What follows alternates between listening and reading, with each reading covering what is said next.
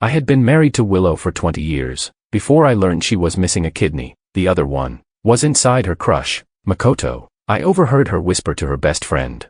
"Don't tell Makoto. I don't want him to worry about me. It's not good for his health either." Her friend asked, "If you've cared so much about Makoto all along, now that his wife is dead, why don't you just divorce George and marry him?"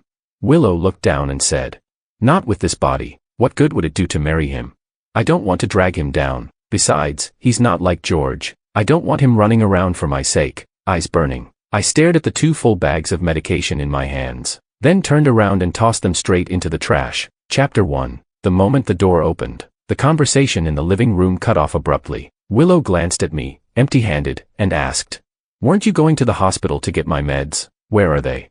She spoke casually, not waiting for a response. She gestured toward the friend next to her and added, "Sophia rarely visits. Make a few good dishes, we've got some catching up to do." I stood frozen at the doorway, a chill crawling over me. It felt like something sticky was clogging my throat, neither up nor down. My eyes locked on Willow's abdomen as I slowly, mechanically stepped closer. Willow frowned. "George, are you even listening to me? George." Her pupils shrank. She pushed me away in frustration. I gripped the hem of her shirt tightly, and there it was, the faint scar I'd seen for over a decade, now opening like a beast baring its fangs, mocking my ignorance and stupidity. I vaguely remembered, 18 years ago, my mother-in-law had fractured her foot. Willow and I wanted her to come stay in the city with us so we could take care of her, but she stubbornly insisted she wasn't comfortable, that she couldn't get used to it. She insisted on returning to the countryside. Helpless, Willow and I drove her back. The next day, Willow got a call from the school principal and had to go back, and I took a month off from work. When my mother-in-law recovered and I returned to the city, I learned Willow had been hospitalized. I rushed to the hospital in a panic. That was when I first saw the scar. It was fresh and fragile then, and erased every doubt I had. I opened my mouth, but even my voice came out cracked and hoarse. I asked, "What did you say this scar was from?" Again. Willow brushed off my hand impatiently and fixed her clothes. She ignored me, pursed her lips, and turned to Sophia, acting like a lunatic. "Maybe he's getting dementia or something. Just ignore him." I refused to back down and blocked her path. Through clenched teeth, I demanded, "Willow, tell me the truth. Where did that scar come from?" Sophia sensed the tension and awkwardly got up. She said, "I only came to update you on some old friends. I've said what I came to say. Let's catch up another time." With that, Sophia left in a hurry. As the door clicked shut, Willow's face instantly changed. She screamed, "George, will you just stop?"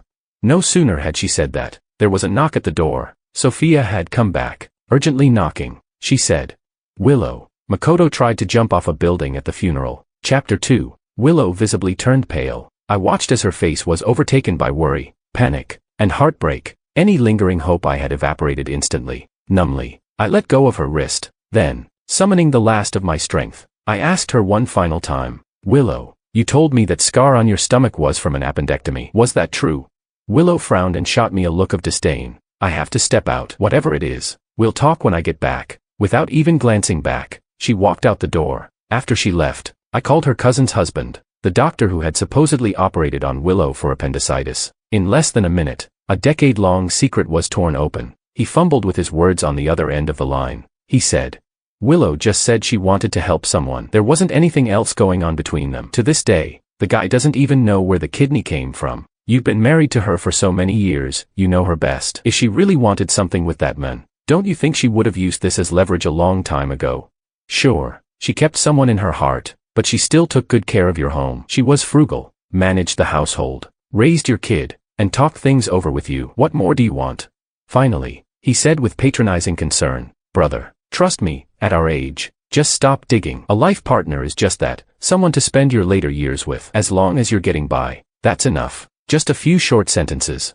And he turned what should have been the bare minimum of marital responsibility into some kind of bonus. He sugar-coated Willow's betrayal, framing it as some noble, selfless act. I hung up on him, fuming, sat on the couch from daylight into nightfall. Willow didn't come back. No messages, no calls. As I sat there staring at the home I had protected for 20 years, I was consumed by defeat and doubt. I didn't get it. I felt wronged. I met Willow through a blind date. Back then, she was a newly hired math teacher. I was just a clerk at a small company. We met a few times, got along well, and married by the end of that year. We didn't have a passionate love story, but we both tried our best to maintain this little family. Like her cousin's husband said, She really wasn't a big spender, helped our kid with schoolwork, and always made sure holidays had some emotional warmth and ritual to them. At work gatherings, people often envied me. You're lucky to have such a virtuous wife. But, was I supposed to think that too?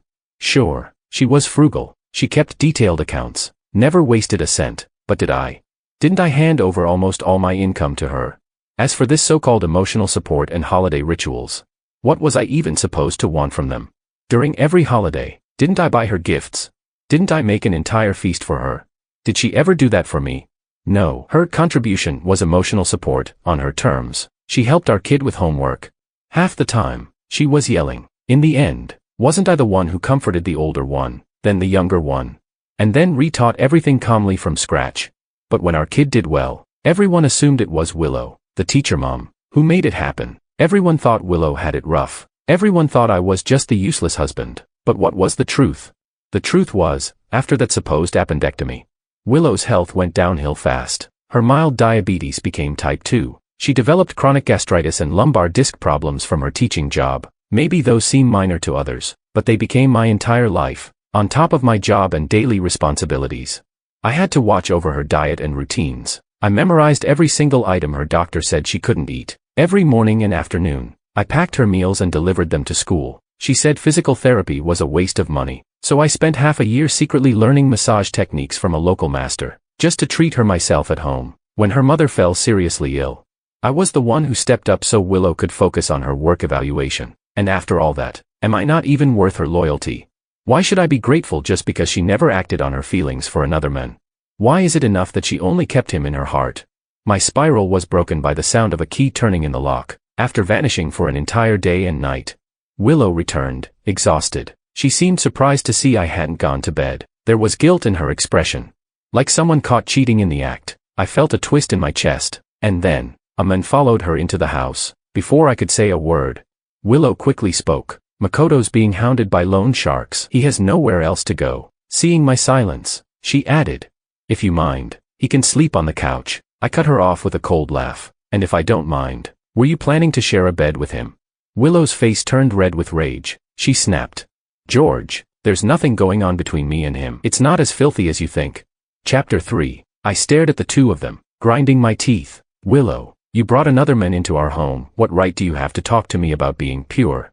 Before Willow could respond, Makoto stepped out from behind her. Ignoring her attempt to hold him back, he walked straight up to me. I silently sized up the man in front of me. Polite, refined, thin and gentle. He looked about the same age as me, yet somehow, he seemed a decade younger. Every movement carried the same academic grace that Willow had. No wonder she had never stopped thinking about him all these years. Makoto stood calmly before me, neither arrogant nor submissive. He said, "Don't get the wrong idea. Actually, I should be thanking you." I stared at him coldly. "Thank me?"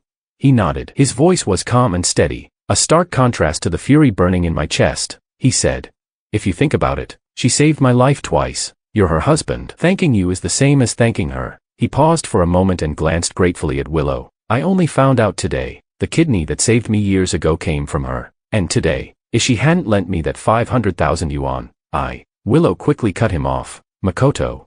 She gave me a nervous glance. It was an emergency.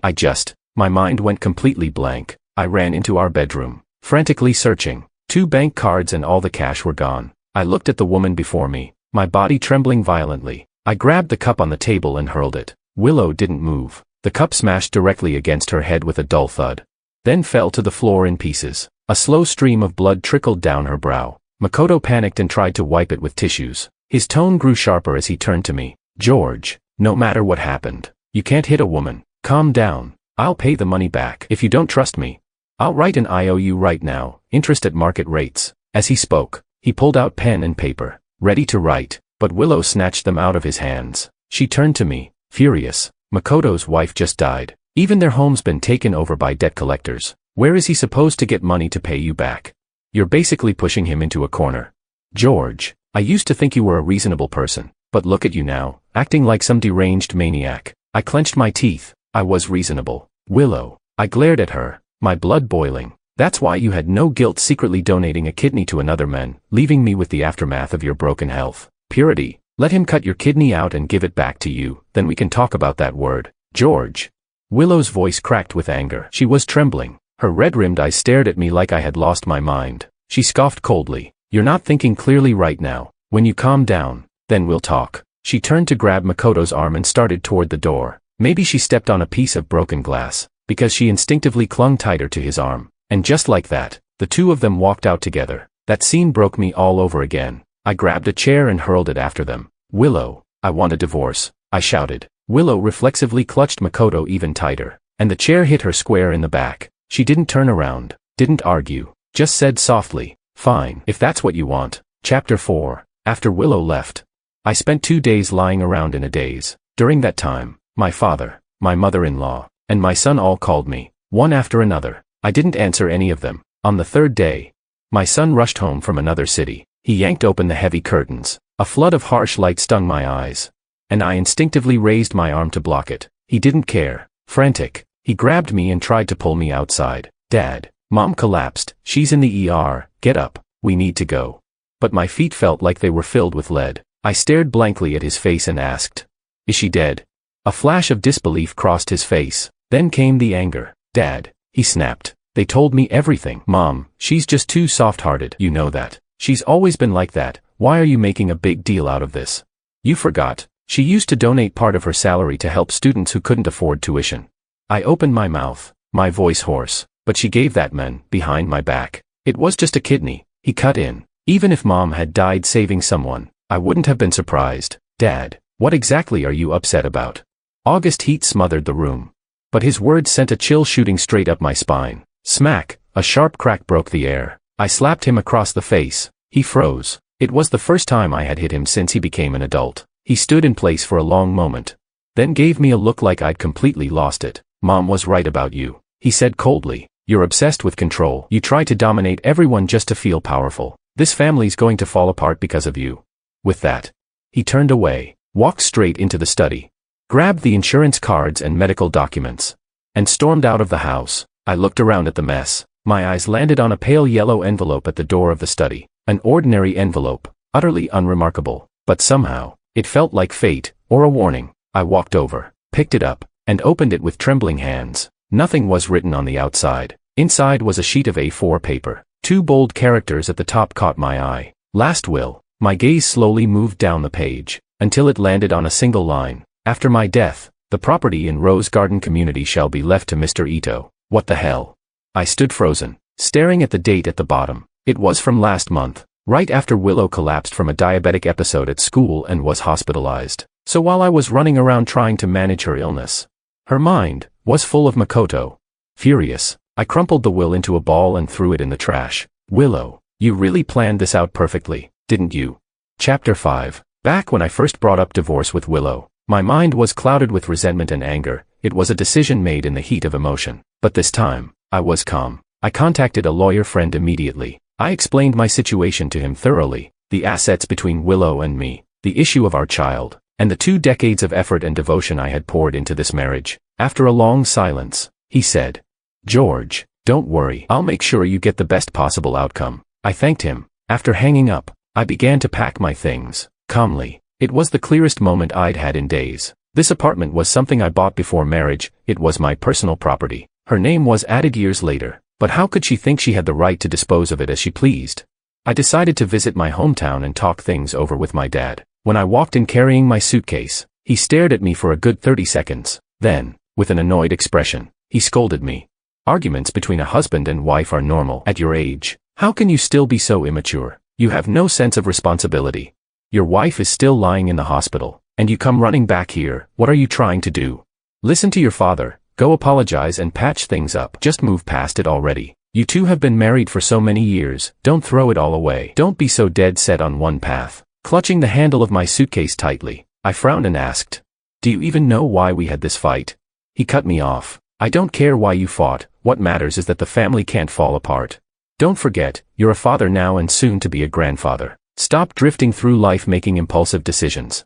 I looked around at this familiar home and was suddenly reminded of an afternoon many years ago. I had just graduated and landed my first job when my father pressured me into going on a blind date. Back then, he told me that a man must settle down and build a career. Among the greatest unfilial acts is leaving no descendants. As the only son in the family, it was my duty to carry on the Wong family line. He said that men outnumbered women nowadays, and if I didn't find someone early, I might end up alone for life. I didn't agree with him, so he kept scolding me, even brought the elders of the family to lecture me. Tired of the nagging, I eventually gave in and agreed to meet the girl he chose, Willow. Of course, he didn't hold a knife to my throat and force me to marry her. In the end, I nodded and agreed to the marriage myself. What I resent is, why do parents always rush their children into marriage, when we're still so naive about life and love?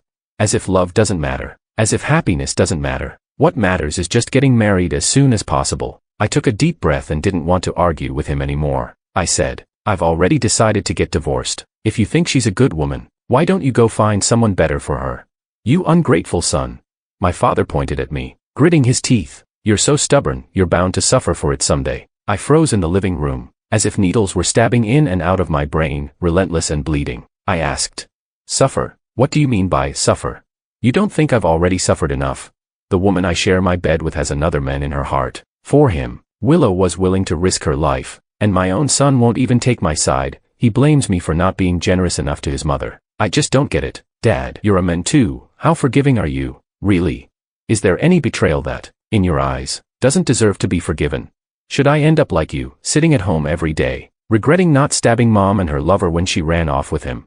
Smack, a loud slap. My face burned with pain. I stared at my father, who was shaking with rage, and said slowly, word by word, Dad, I don't want to live a life of humiliation. I don't want to live miserably. Marriage is just one chapter in my long life. It's not my final destination. And now that this experience has failed, I have every right to walk away. My father opened his mouth, wanting to say something, but no words came out. I picked up my suitcase and returned to my room. Chapter 6. Peace didn't last long. My mother-in-law showed up again, this time bringing my son with her. She sat squarely in the center of the living room, full of energy, sipping the tea my father handed her like she owned the place. She said, Dear in-law, I'm not just taking my daughter's side here, but who doesn't have someone they once couldn't let go of? Still, for a grown man to want a divorce over something like this, and to leave his wife lying in the hospital with no one to care for her, how could anyone justify that?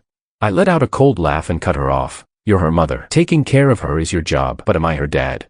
If I go now, in the state I'm in, I'd probably rip out her oxygen tube. That shut her up. Fuming but speechless, my son frowned and looked at me, his face full of confusion and disappointment. He said, Dad, those bruises on mom's forehead and back, you did that, didn't you?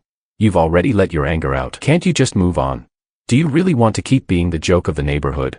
My mother-in-law nodded. Your son is right. He's about to get married. If this drags on any longer, have you thought about what that'll do to his reputation?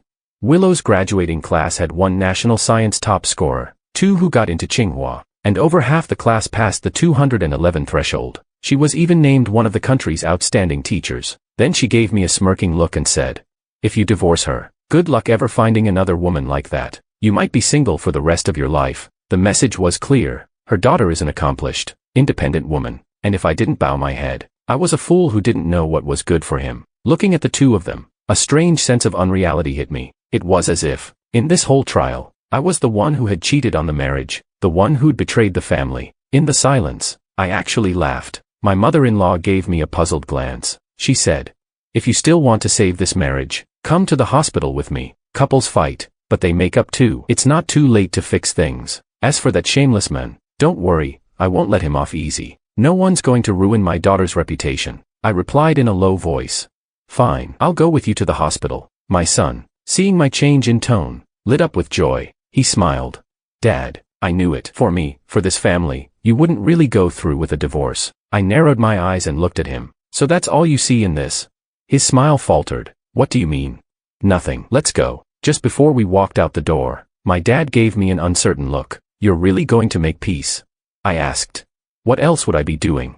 He looked like he wanted to say something, but after a long silence, he didn't. He only said, If anything happens, call me. Chapter 7. When we arrived at the hospital, Willow had just finished her 4. She saw me from a few steps away and briefly closed her eyes, hiding her emotions. There was a faint smile on her lips, and even her voice had returned to its usual softness. She said, I've been missing your cooking these past few days. My son tried to smooth things over. Dad was worried about you the whole way here. He kept asking me how you were doing. Willow pressed her lips together, a small furrow forming between her brows. She said, These years, your dad really did a lot for my health. I looked coldly at this seemingly harmonious family scene.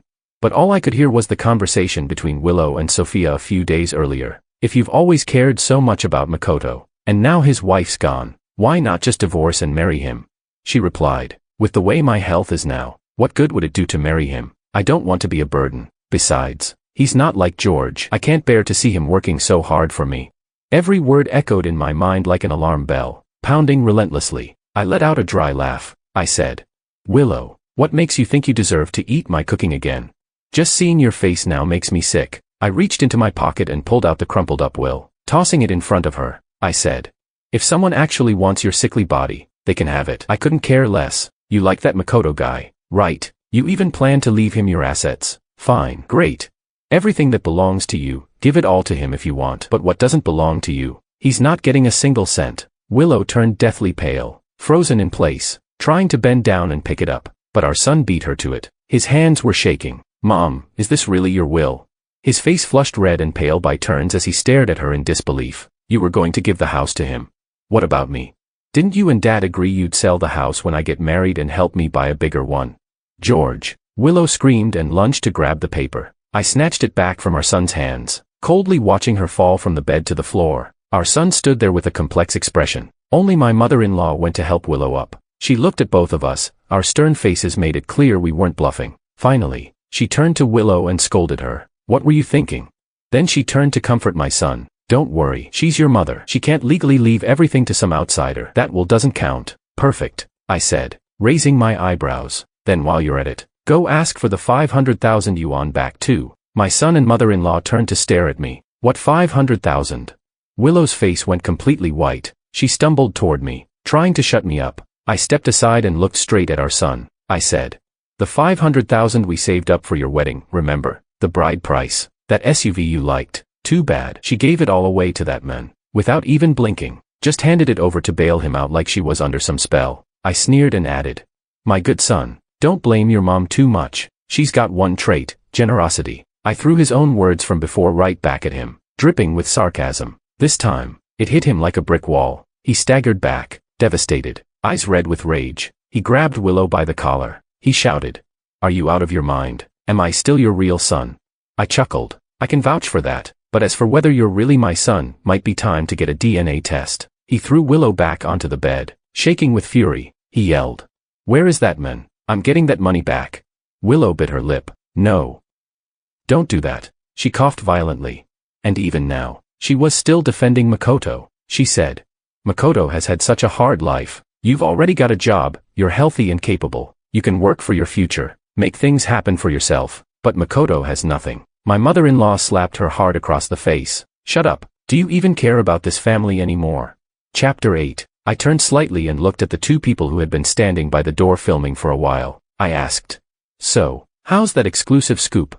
My mother-in-law stared at the man holding the camera, pointing at him with a trembling hand. Who told you to film? Who called you here? Then she turned to me, voice sharp with panic. George, must you go this far? Family shame shouldn't be aired in public. I answered calmly. I just invited them to do a little feature on Ms. Willow, the beloved educator. As for the shame, well, I'm not the one it belongs to. Willow let out a shriek and tried to smash the cameraman's equipment, but her body gave out. She didn't even make it a few steps before vomiting blood and collapsing hard onto the floor. Chaos broke out instantly. My mother-in-law scrambled to call for the doctor. My son stood off to the side, watching it all with a cold, distant gaze, as if the woman lying there had nothing to do with him. I turned and walked out of the hospital room. My son quickly followed after me. Dad, he called, sounding guilty as he stopped in front of me. I'm sorry. I shouldn't have said what I said to you before. He glanced back toward Willow, his face now tinged with disgust. I never imagined Mom could be like that. I honestly don't know what goes on in her head. When I didn't respond, he quickly changed the subject. But Dad, you can't just let her throw money around like that, right? Is there any way to get it back?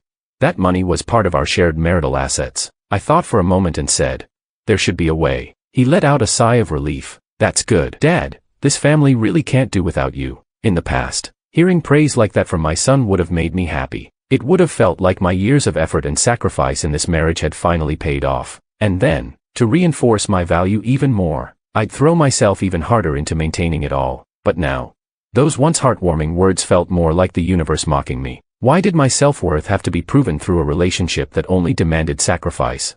I gave a small, humorless smile and kept my distance from him. I said, "Even if I get the money back, it's still mine. You're 25. I'm not asking you to take care of me in old age, just walk your own path from now on." His face flickered with shock. "Dad, it's one thing if you're done with Mom.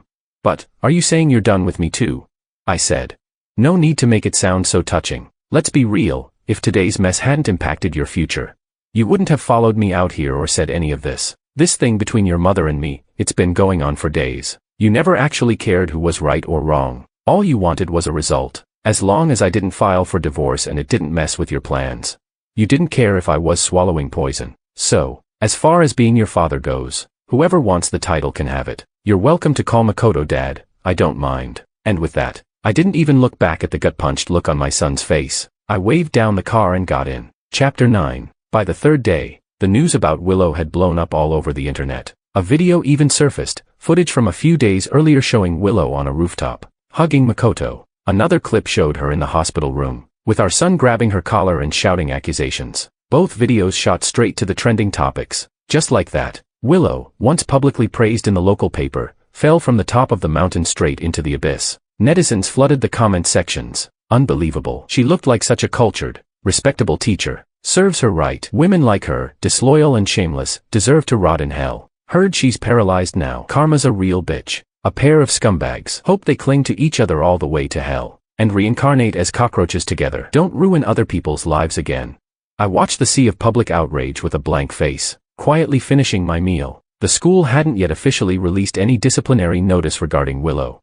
But at this point, the outcome didn't matter. Willow had suffered a stroke and was now partially paralyzed, barely able to speak. My father gave me a sheepish smile and said, "Divorcing her might actually be for the best." "I mean, you already." I frowned. "Dad." He immediately backed down. Okay, I'll shut up. It's your life, you do what you think is right." That was his compromise. Or maybe it was Willow's condition that finally gave him a reason to stop trying to save the marriage. As for the 500,000 yuan Willow gave away, we recovered it a month later through legal channels. Our divorce lawsuit was now in its final stage. Then my lawyer friend called. He said, "Originally, the house situation was tricky because of the added name on the deed, but guess what? You remember how you casually mentioned Willow had been financially supporting underprivileged students?" I asked around. Turns out she wasn't helping needy students, she was paying off Makoto's debts. I was stunned. Even now, near the end of all this, new truths were still surfacing. He went on. I dug into their background. Turns out Willow and Makoto were both graduates of University A. They were together for a while, but after graduation, Makoto's parents disapproved of Willow. They forced the two to break up and had Makoto marry someone from a proper family. But even after that, the two never really cut ties. When Willow found out Makoto had kidney failure and couldn't find a donor, she gave him one of hers. A couple years later, the Ito family went bankrupt. Makoto's marriage fell apart. He had nothing to do all day, and he ended up getting addicted to gambling. The debts piled up like a landslide. And that's when Willow started sending him money under the excuse of sponsoring students. She was paying off his loans. My friend cursed at the end. Looking at her bank records, she should have lost everything in the divorce. I understood everything now. Later, my mother-in-law and son came to complain, implying I had been too ruthless. My dad, worried about losing face in front of the neighbors, even wanted to invite them inside. I kicked him out. Later, I heard that the girl my son had been dating, her family saw the news and trending videos. Right in front of my son, they arranged a new blind date for her, humiliating him brutally. The relationship ended on the spot. Enraged, my son turned all his fury on Willow. Whenever my mother-in-law wasn't around, he would dump her bodily waste right onto her. One day, his grandmother walked in and caught him in the act. Furious, she scolded him. In the heat of the argument, he shoved her. She hit her head on a nail sticking out of the doorframe and died instantly. My son was sentenced to several years in prison. During the trial, my dad urged me to attend. I refused without hesitation. Chapter 10. After receiving the divorce certificate, I took a month of paid leave and went traveling for a while. The next time I saw Willow was 6 months later. From a distance, I spotted Makoto yelling at her. I stood on the sidewalk, raised an eyebrow, and was shocked by how much they had changed. It had only been a few months, but Makoto looked completely unrecognizable, face twisted with anger, hair streaked with gray, all that gentle charm gone. He was shouting, "I must have been cursed for 8 lifetimes to end up with a burden like you. You eat, drink, piss, and shit all in the same bed. You stink like rot. and just being near you makes me want to puke. Willow, why aren't you dead yet? Willow sat slumped in a wheelchair, half her body paralyzed. Spit bubbling from her mouth. Her clothes were stained with every kind of filth. She didn't even look human anymore. Her head hung low, eyes full of bitterness and resentment. After her mother died, and our son went to prison, Willow had no one left to take care of her. The local community, seeing her pitiful state, originally wanted to send her to a public care center, but I had found Makoto working as a street cleaner, and gave him a portion of the money from selling the house. I paid him 500 yuan a month to look after Willow. I didn't care how she lived, as long as she didn't die. Makoto hadn't wanted to take the job at first. He looked at me warily, like I was setting him up. I smiled and said, I don't have any hidden agenda. I just want Willow to finally experience what it's like being with you. Just fulfilling her wish. After venting his rage, Makoto turned to push her away. As he did, Willow locked eyes with me. Her lips trembled slightly. In her clouded eyes swirled a mess of emotions, shame, regret, humiliation. But none of that had anything to do with me anymore. I went back to my 5,000 yuan a month job, and resumed a single life, with no women in it.